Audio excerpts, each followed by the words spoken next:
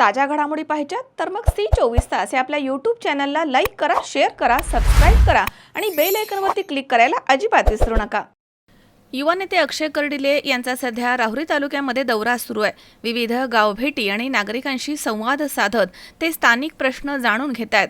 या दौऱ्यादरम्यान त्यांचा साधेपणा आणि कार्यकर्त्यांप्रती असलेला आत्मीय भाव पुन्हा एकदा अधोरेखित झालाय। दौऱ्याच्या दरम्यान भाजपचे युवा नेते अक्षय कर्डिले यांनी आपल्या कार्यकर्त्यांच्या समवेत बसून साध्या पद्धतीनं जेवणाचा आस्वाद घेतला।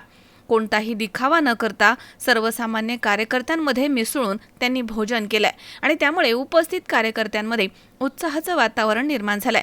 यावेळी कार्यकर्त्यांशी संवाद साधताना कर्डिले यांनी म्हटलंय की आपण सर्वजण एक कुटुंब आहोत। कार्यकर्त्यांच्या पाठबळावरच आपलं काम पुढे जात असतं, त्यामुळे त्यांच्यासोबत वेळ घालवणं हे माझ्यासाठी महत्त्वाचं आहे। या प्रसंगामुळे कार्यकर्त्यांमध्ये आनंदाचं आणि आपुलकीचं वातावरण पाहायला मिळालंय।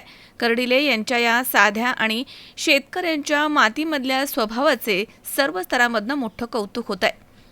महेश दाने, C24 तास, राहुरी।